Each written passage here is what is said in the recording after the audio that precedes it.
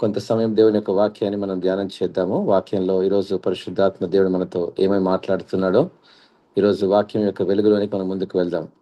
మరి రాబోయేటువంటి కొద్ది దినముల తర్వాత మనము బైబిల్ స్టడీ ప్రత్యేకంగా మరి ప్రతి ఒక్క గ్రంథ వివరణ, గ్రంథ విశ్లేషణ మనం అధ్యయనం చేద్దాము. ప్రతి గ్రంథములో క్రీస్తు అనేటువంటి అంశాన్ని మేము ముందుకు తీసుకొని వస్తాను.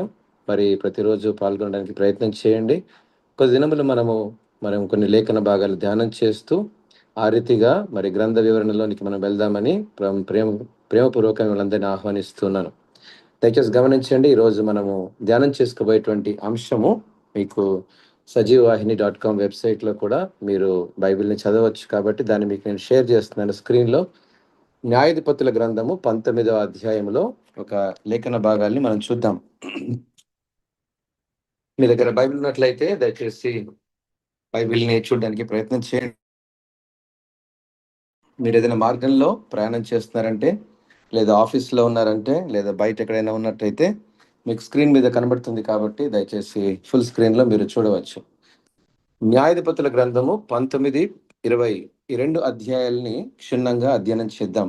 ఈ లేఖన భాగాల్లో ఈరోజు దేవుడు ఒక ఆత్మీయటువంటి సంగతిని మన కోసం దాచి ఉంచాడు. ఆ దినాల్లో ఏం జరిగింది అనేటువంటి సంఘటన ఈరోజు మన ఆత్మీయ మేళ్ల కొరకై ఉపయోగపడుతుందని ఆశిస్తున్నాను. దేవుడు నాకు ఇచ్చినటువంటి ప్రేరేపణ కొలది ఈ యొక్క వాక్య భాగము న్యాయాధిపతుల గ్రంథము 19, 20 ఈ 2 అధ్యాయాలు ఒక ప్రాముఖ్యమైన విషయాన్ని తెలియజేస్తున్న సంగతి నేను మీకు వివరిస్తాను.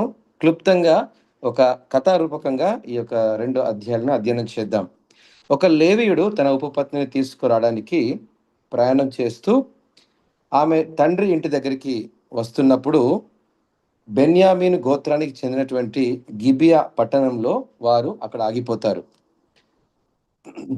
ఆ యొక్క ఉపపత్ని అతన్ని విడిచిపెట్టింది, తన తండ్రి ఇంటికి వెళ్ళిపోయింది. తన నైతికత సరిగ్గా లేనట్టుగా 2వ వచనంలో మనం గమనించగలం. ఉపపత్ని అతన్ని విడిచి ఒకరితో వ్యభిచరించినట్లు యూదా బెత్లెహేములో ఉన్నటువంటి తన తండ్రి ఇంటికి వెళ్ళిపోయిన సంగతి 2వ వచనంలో రాయబడింది. ఆమె తీసుకుని రావడానికి లేవీయుడు ఆమె ప్రాంతానికి వెళ్ళి తిరిగి ప్రయాణంలో ఉన్నాడు. బెన్యామీను గోత్రానికి చెందినటువంటి గిబియా అనేటువంటి పట్టణంలో వాళ్ళు దిగారు. ఈ న్యాయాధిపతుల గ్రంథం 19, 20 ఎప్పుడు వచ్చింది అంటే, ఇశ్రాయేలు ప్రజలు 40 సంవత్సరాలు వారు ప్రయాణం చేసి చివరకు కనాను ప్రాంతంలో చేరుకున్న తర్వాత వారికి యెహోషువ విభజించి కొన్ని ప్రాంతాలను ఇచ్చాడు. ఆయా ప్రాంతాల్లో 12 గోత్రాలు నివసిస్తున్నటువంటి సంగతి ఈ అధ్యాయం వరకు మనం గమనించగలం. అంటే ఆయా ప్రాంతాల్లో ఈ యొక్క వివిధ గోత్రాల వారు నివసిస్తూ ఉన్నారు. ఆ గోత్రం ఉన్నటువంటి ఒక బెన్యామీను గోత్రానికి చెందినటువంటి ఆ గిబియా పట్టణంలో ఒక రాత్రి బస చేయడానికి వారు ఆగిపోయారు. ఎందుకంటే రాత్రి తర్వాత ప్రయాణించడం కష్టం కాబట్టి. ఒక అడుగు ముందుకు వేసినట్లయితే ఆ యొక్క వృద్ధుడు వారికి ఆశ్రయం ఇచ్చినట్లు మనం గమనించగలము. ఆ వృద్ధుని ఇంట్లో వారు రాత్రి సమయంలో వారు బస చేయడం మొదలుపెట్టారు.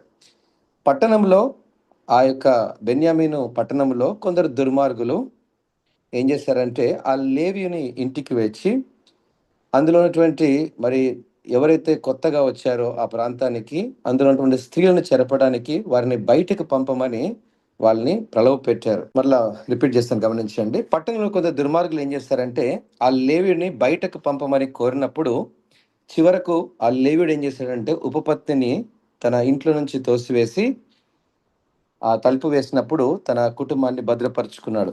పోతే పోన్లే, ఉపపత్నికి ఏమైపోయినా పర్లేదు, నా కుటుంబం నేను సంరక్షించుకుంటాను అనుకున్నాడు.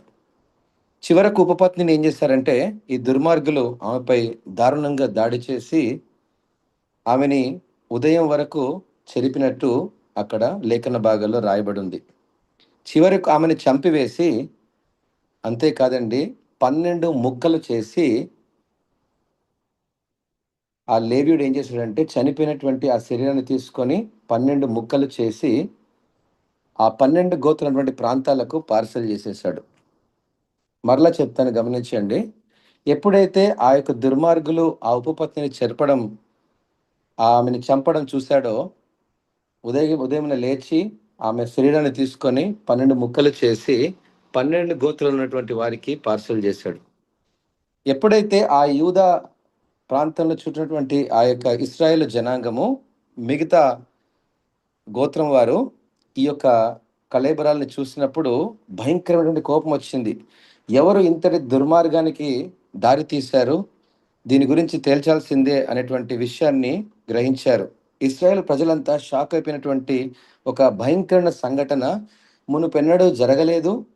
బహుశా ఆ తర్వాత ఎప్పుడూ జరగనటువంటి స్థితి ఆ దినాల్లో న్యాయాధిపతుల గ్రంథం 19వ అధ్యాయంలో రికార్డ్ చేయబడింది. ఇందులో ముఖ్యమైనటువంటి వచనం ఏంటండి అంటే, మనం గమనించగలము, ఆ దినములలో ఇశ్రాయేలులకు రాజు లేని దినములు అని రాయబడింది. 19వ అధ్యాయం మొదటి వచనంలో రాయబడింది.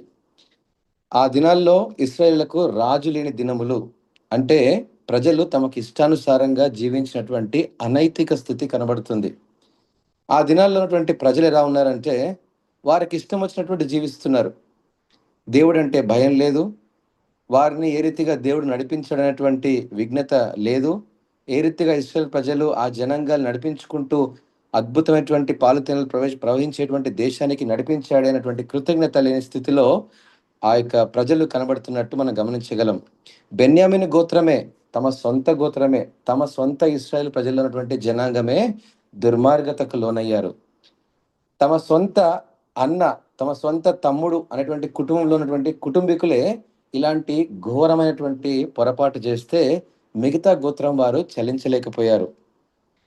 న్యాయాధిపతుల గ్రంథం 20వ అధ్యాయంలో ఉన్నటువంటి లేఖన భాగాల్లో మరి ఇది ఒక స్టోరీ కంటిన్యూ అవుతుంది. ఇక్కడ ఏమని రాయబడిందంటే, ఇశ్రాయేలీల యొక్క 11 గోత్రాలు కలిసి ఒకసారి విచారణ చేసి వారందరూ గుమికూడి మనలో ఉన్నటువంటి ఆ యొక్క కన్నును మనమే పొడుచుకుంటామా, మనం బెన్యామీను గోత్రం తప్పు చేస్తే మరి వారిని ఎట్లయినా శిక్షించాల్సిందే అనేటువంటి భావనతో చర్చించుకొని, మనం బెన్యామీను గోత్రాన్ని ఏం చేయాల్సిన అవసరం లేదులే, కానీ కనీసం ఆ దుర్మార్గులనైనా శిక్షిద్దాము అనేటువంటి భావనతో వారు చర్చకు దిగారు.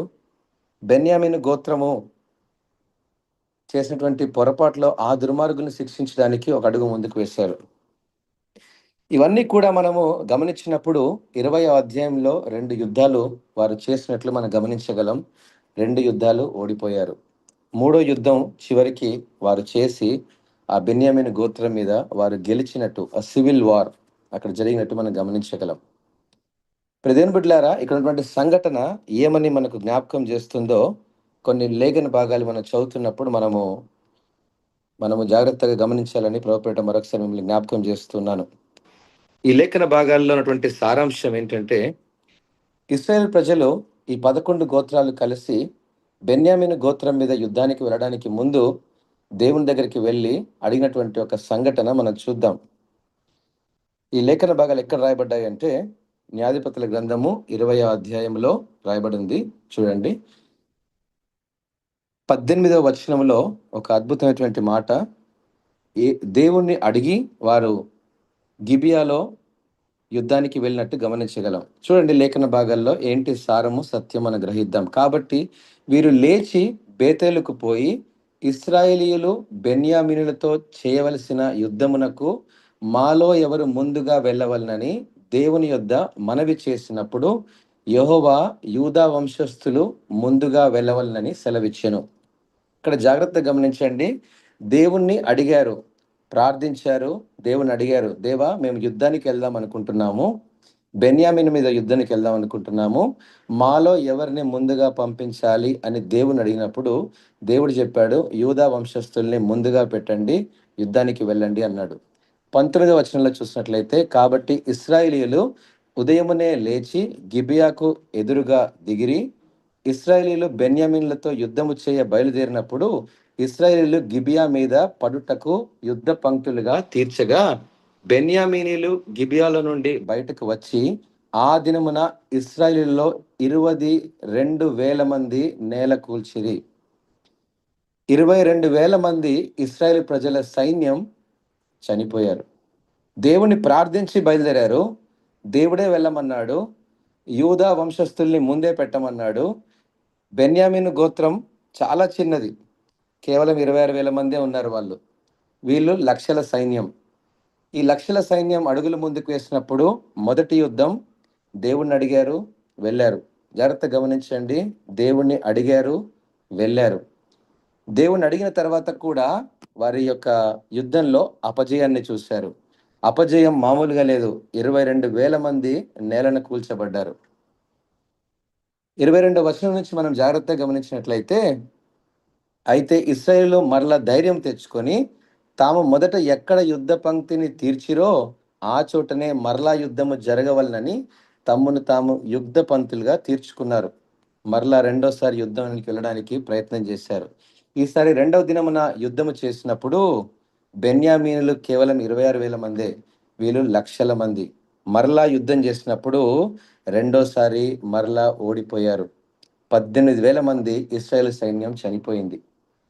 ఇక్కడ మనం చూసినట్లయితే ఇదే వచనము 26వ వచనంలో రాయబడింది. వీరందరూ కత్తి దూయువారు. అప్పుడు ఇశ్రాయేలులందరూ జనులందరూ పోయి బేతేలును ప్రవేశించి ఏడ్చుచు సాయంకాలం వరకు అక్కడ యెహోవా సన్నిధిని కూర్చుండుచు ఉపవాసముండి దహన బలులను సమాధాన బలులను యెహోవా సన్నిధిని అర్పించిరి.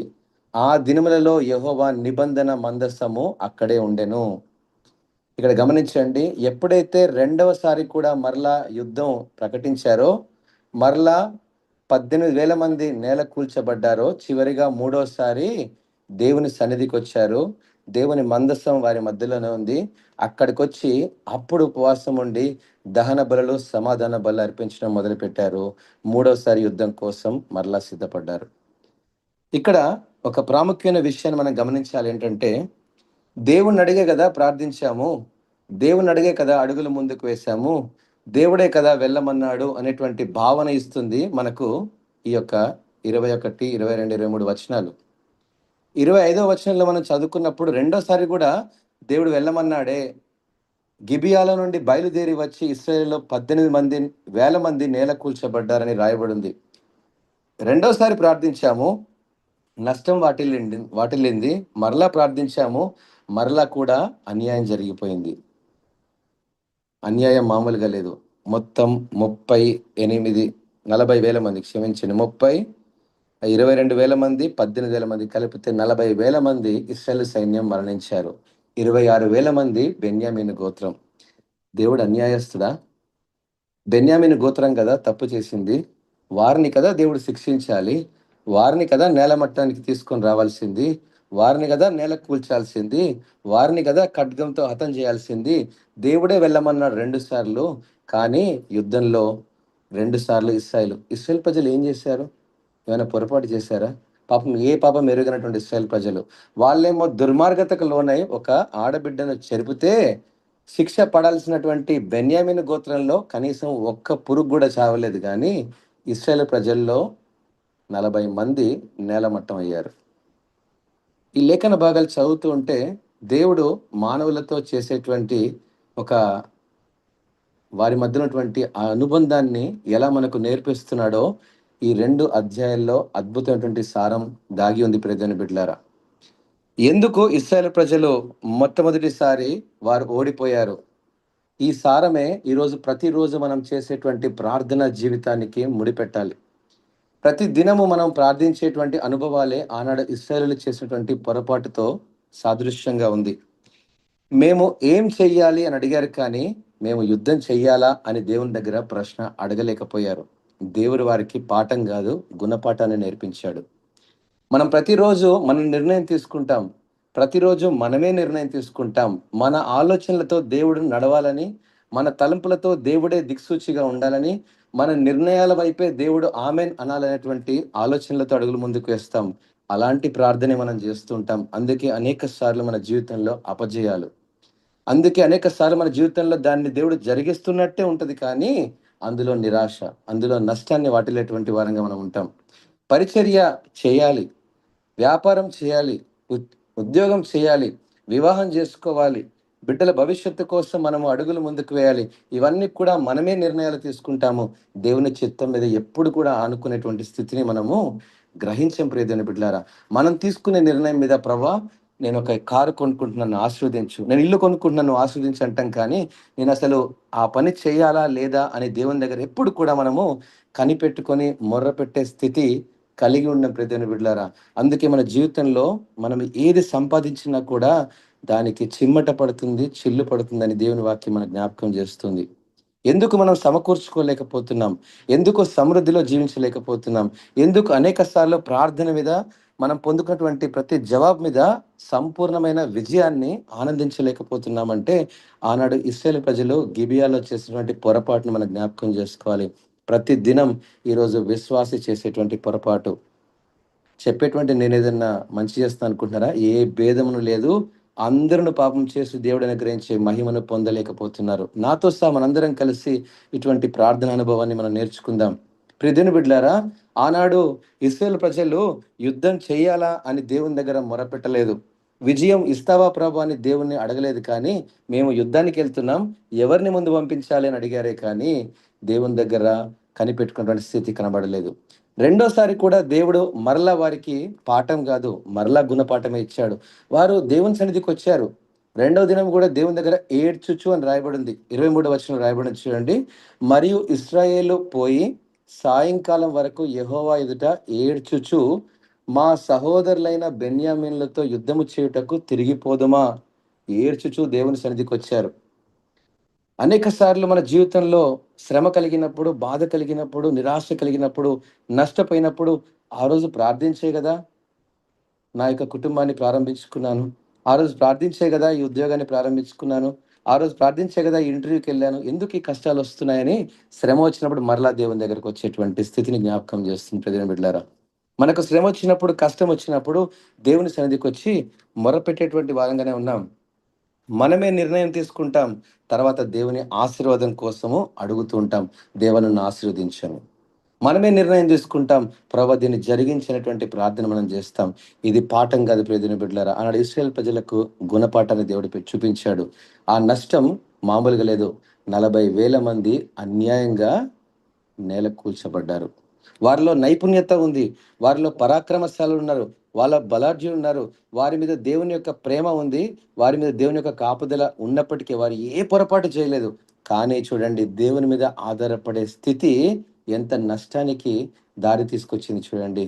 ఆధారపడకపోతే అటువంటి నష్టాన్ని దారి తీస్తుంది మన జీవితంలో. మన ఆధారపడే స్థితి ఎలా ఉంటది అంటే, ప్రభా నీ చిత్తం ఏంటి? ప్రభా నీ ఉద్దేశ్యం ఏంటి? నీ తలంపేంటి? 25 సంవత్సరాలు పట్టింది అబ్రహాముకు జవాబు రావడానికి. 45 సంవత్సరాలు పట్టింది కాలేబుకు తమ యొక్క జీవితంలో ప్రార్థన యొక్క విజయాన్ని సాధించడానికి. 40 సంవత్సరాలు దేవుడు పరీక్షించి నడిపించాడు అరణ్యంలో. ప్రతిరోజు మన్నానిచ్చి పోషించాడు. ఆకలి అంటే వారికి, దాహం అంటే రాయి నుండి కూడా దేవుడు చక్కటి జీవజలపు ఊటలనిచ్చాడు. దేవుని మీద ఎలా ఆధారపడాలో ప్రతిరోజు నేర్పిస్తూ వచ్చాడు. అరణ్య మార్గ ప్రయాణము క్రైస్తవ విశ్వాస జీవితానికి సాదృశ్యంగా ఉంది. ఆనాడు ఇశ్రాయేలు ప్రజలు రాజు లేని స్థితిలో అనైతికతలో జీవించారు. మనకిష్టం వచ్చినట్టు మనం జీవించి, మనకిష్టానుసారంగా మనం జీవించి, ప్రభువా నన్ను ఆశీర్వదించు అంటే రాదు ప్రియమైన బిడ్డలారా. మన ప్రతి ప్రార్థన మీద, మనం చేసేటువంటి ప్రతి ప్రార్థన మీద, అస్వస్థతల మీద, అనారోగ్యాల మీద, అప్పుల మీద, ఉద్యోగాల మీద, మన కుటుంబాల మీద, భవిష్యత్తు మీద మనం చేసేటువంటి ప్రతి ప్రార్థనలో విజయం కావాలి అంటే, మనము దేవునితో ఎలా ఆధారపడుతున్నామో అన్న దానితో కొలమానం. అన్నదానితో బేరీజు వేయబడుతుంది. అన్నదానితో కొలత వేయబడుతుంది. దేవునితో ఉన్నటువంటి సంబంధం సరిగా లేక, బాహ్య సంబంధమైనటువంటి నైతికత సరిగా లేక, అనైతికతలో మనం జీవించి, రోజువారీ జీవితంలో మన ఇష్టానుసారంగా జీవించి, రాత్రి ఒక 2 నిమిషాలు ప్రార్థన చేసి ప్రభువా ఆశీర్వదించు అంటే ఆశీర్వాదాలు రావు అన్న సంగతి 19, 20 న్యాయాధిపతులు మనకు పాఠం కాదు, గుణపాఠంగా నేర్పిస్తుంది ప్రియమైన బిడ్డలారా. ఈరోజు మనం నేర్చుకోవాల్సినటువంటిది ఇదే. సామెతల గ్రంథం 3వ అధ్యాయం రాయబడింది. మన మార్గాలన్నిటిలో ఆయన మనకు గుర్తు చేసుకున్నటువంటి వారంగా ఉండాలి. మన మార్గాల్ని సరిచేసేటువంటి వాడు ఆయనే. మనలో పొరపాట్లను సరిదిద్దేవాడు ఆయనే. ప్రతిదినం ఆయన సన్నిధికి వచ్చినప్పుడు మనలో ఏదైనా ప్రార్థన అవసరత ఉన్నట్లయితే మొదటిగా ఆయన సన్నిధికి వచ్చి ఏం చేయాలంట? 23వ వచనం రాయబడింది చూడండి. యెహోవా యొద్ద వాళ్ళు విచారణ చేశారు. 26వ వచనంలో చూస్తే ఉపవాసం ఉండి దహన బలులను, సమాధాన బలులు అర్పించారు. ఎప్పుడైతే వారు నిబంధన మందస్థానికి మరలా వచ్చారో, వాస్తవానికి 3వ యుద్ధంలో వారు బెన్యామీను గోత్రం పైన విజయాన్ని సాధించారు. ఆ యొక్క విజయము దేవుడిచ్చిన విజయం కంటే, అది దేవుడు సర్లే అనేటువంటి విజయం అది. అది గొప్ప విజయం కానే కాదు. ఎందుకంటే అది గొప్ప విజయంగా రాయబడలేదు.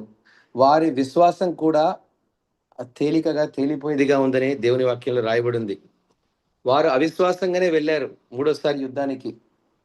అవిశ్వాసంగానే మూడోసారి కూడా వెళ్లారు, కానీ మూడోసారి వాళ్ళు ఆ యుద్ధం పైన విజయాన్ని సాధించారు. దేవుడు వారిని మరలా శ్రమ పెట్టలేదు. మరలా వారికి ఇంకా కఠినమైనటువంటి పాఠంలోనికి నడిపించలేదు. ప్రియ దేవుని బిడ్డలారా, ఈరోజు మన విశ్వాస జీవితంలో ఇదొక అద్భుతమైనటువంటి సంఘటన. చేసినటువంటి పొరపాటు ఎవరో, తప్పు చేసింది ఒకరు, కానీ శిక్ష పడింది మరొకరికి. ఆ శిక్షిద్దామని బయలుదేరిన వారికే దేవుడు మరలా పాఠాన్ని నేర్పించాడు. ఈరోజు మన విశ్వాస జీవితంలో మనము దేని గురించినటువంటి సంఘటనల మీద మనము ఆలోచన కలిగి ఉన్నాం. ఒకసారి ఆలోచన చేద్దాం. ప్రతిదినం మనం ప్రార్థన చేస్తున్నాం. ప్రతిదినం ఎన్నో ప్రార్థన అంశాలు మన మధ్యలో ఉన్నాయి. ప్రతిదినం మన కుటుంబం కోసం ప్రార్థన చేస్తున్నాం. ఒక తల్లిగా, తండ్రిగా నీ బిడ్డల కోసం నువ్వు ప్రార్థన చేస్తున్నావేమో. ఒక సేవకునిగా నీ పరిచర్య కోసం ప్రార్థన చేస్తున్నావేమో.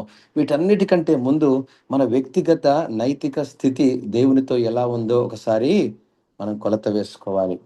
మన విశ్వాసపు పరిమాణం ఏ రీతిగా ఉందో దేవునితో కొలత వేసుకోవాలి. దేవుని కొరకు నేను నిజంగా నైతికంగా జీవిస్తున్నానా అన్న విషయాన్ని జ్ఞాపకం చేసుకోవాలి. వారు రాజు లేనటువంటి దినాల్లో అనైతికంగా జీవించారు. అంటే తమకి ఇష్టం వచ్చినట్టు జీవించారు. తమకి ఇష్టం వచ్చినటువంటి దుర్మార్గతకు లోనయ్యారు. దేవుడు చూస్తూనే ఉన్నాడు. మన జీవితంలో శిక్ష వెంటనే రాకపోవచ్చేమో. దానికి కావాల్సినటువంటి మరి ఒక శిక్ష మన జీవితంలో వెంటనే రాకపోవచ్చేమో, తర్వాత వస్తుంది. దేవుడు గమనిస్తూనే ఉన్నాడు. మనము నడవడి, మన వైఖరి, మన స్థితిగతుల్ని దేవుడు గమనిస్తూనే ఉన్నాడు. అందుకే మత్తయి సువార్తలో రాయబడి ఉంది, నువ్వు ప్రార్థన చేయనప్పుడు నీవు గదిలోనికి వెళ్ళి తలుపు వేసి రహస్యమందున్న నీ తండ్రికి ప్రార్థన చేయము అని రాయబడి ఉంది.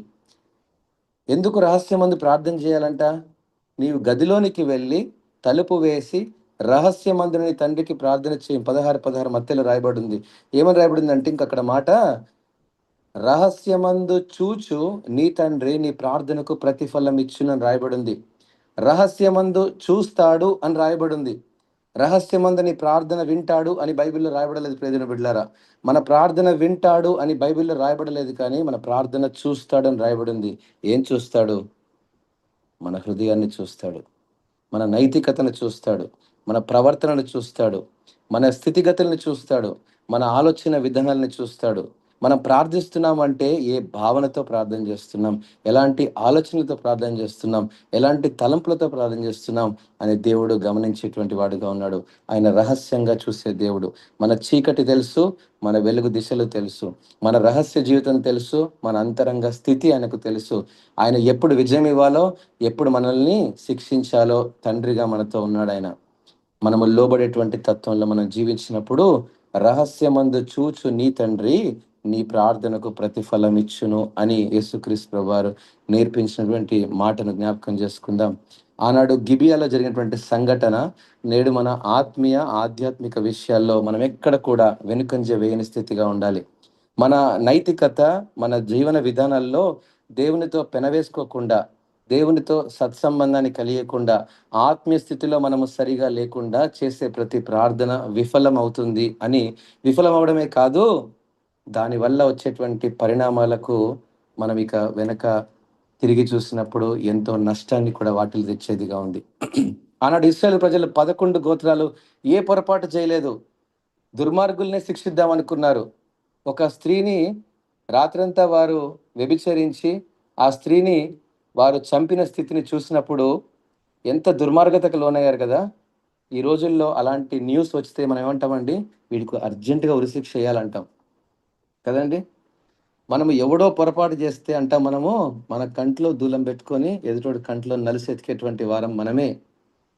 మన జీవితంలో మనం సరి చేసుకోకుండా ఇతరుల వైపు మనం పొరపాట్లను ఎతికేటువంటి వారంగా ఉంటాం. ఆనాడు ఇశ్రాయేలు ప్రజలు చేసింది అదే. అనైతికతలో వారు జీవిస్తూ చేసినటువంటి పొరపాటు మీద శిక్షను విధించడానికి అడుగులు ముందుకు వేశారు. దేవుని మీద ఆధారపడ్డారా అంటే పడలేదు. వారి సొంత నిర్ణయాలపై అడుగులు ముందుకు వేశారు. ఈరోజు మన జీవితంలో కూడా ఒకసారి జ్ఞాపకం చేసుకుందాం. ఈ పాఠం ఈరోజు మన జీవితంలో గుణపాఠాలుగా అడుగులు ముందుకు వేద్దాం, నేర్చుకుందాం. దేవుడు మరొక అవకాశం ఇచ్చాడు. ఈరోజు సజీవ లెక్కలో ఉన్నామంటే కేవలం దేవుని కృప మాత్రమే. నిన్న దినమున గతించినటువంటి వారి కంటే మనం శ్రేష్ఠులం కాదు. అయినా సజీవ లెక్కల దేవుడు ఉంచాడంటే ఈరోజు దేవుడు నిన్ను ప్రేమిస్తున్నాడని. ఈరోజు మనం ఇంకా సరి చేసుకోవాల్సింది ఉందని. ప్రతి దినం రాకడ ఆలస్యం అవుతుంది అంటే కారణం మన జీవితాల్లో ఇంకా సరి చేసుకోవాల్సినవి కొన్ని ఉన్నాయి. మన పోకడైనా, రాకడైనా ప్రతిరోజు ఆలస్యం అవుతుంది అంటే మన జీవితంలో దేవుడు ఇంకా తన ప్రేమనుంచాడని, గొడ్డలి వేరు మీద పడకముందే మన జీవితం మరలా క్రీస్తు దగ్గరికి నడిపించబడాలని వాక్యం చేత మరొకసారి మనము హెచ్చరించబడి, మనమందరం కలిసి మరొకసారి ఆయన సన్నిధికొద్దాం. ఆనాడు ఫినెహాసు ద్వారా మరలా మందసం దగ్గరికి వచ్చినటువంటి వారి మీద దేవుడు కరుణించాడు. మరలా దేవుని సన్నిధికొచ్చి ప్రార్థించినప్పుడు, ప్రభా నన్ను క్షమించు, మా కుటుంబాన్ని క్షమించు నాయన. ప్రార్థన అనే బలిపీఠాన్ని ప్రతిదినం కట్టుకోలేకపోతున్నాం. కుటుంబముగా ప్రార్థించలేకపోతున్నాం. వ్యక్తిగత ప్రార్థనలో చాలాసార్లు దూరం అయిపోయాను. వ్యక్తిగతంగా నా యొక్క బిజీ షెడ్యూల్‌లో గజిబిజి అయిపోయింది. అయినా ప్రభు నన్ను ప్రేమిస్తూ నీ వాక్యం ద్వారా నాతో మాట్లాడావని ఒకసారి దేవుని సన్నిధికి వచ్చినప్పుడు మరలా తిరిగి సమకూర్చగల దేవుడు. ఎన్నో సార్లు మన జీవితంలో చేసిన పొరపాట్ల వల్ల ఎన్నో నష్టాలు వాటిల్లుకున్నాం. ఎన్నో భయంకర అడిక్షన్స్ వల్ల మన ఆరోగ్యాలు పాడు చేసుకున్నాం. ఎన్నో భయంకరమైనటువంటి రాంగ్ డెసిషన్స్ వల్ల అప్పుల పాలైపోయాం. ఎన్నో ఎన్నో పనికిమాలినటువంటి నిర్ణయాల వల్ల మన జీవితంలో నష్టాల్ని తెచ్చుకున్నాం. మళ్ళా దేవుని దగ్గరికి రాగలిగితే ఆయన తిరిగి సరిదిద్దేవాడుగా, సమకూర్చేవాడుగా ఉన్నాడని దేవుని వాక్యం మనకు జ్ఞాపకం చేస్తుంది. ఆనాడు ఇశ్రాయేలు చేస్తున్న పొరపాటులో ఎంత నష్టాన్ని వాటిల్లారో ఈరోజు మన జీవితంలో అంతకంటే మించిన నష్టాన్ని కూడా మన జీవితంలో రాకన్నా ముందే, దుర్దినములు రాకముందే నీ సృష్టికర్తను స్మరణకు తెచ్చుకొని దేవుని వాక్యం హెచ్చరికగా చిన్న ప్రార్థన చేసుకుందాం.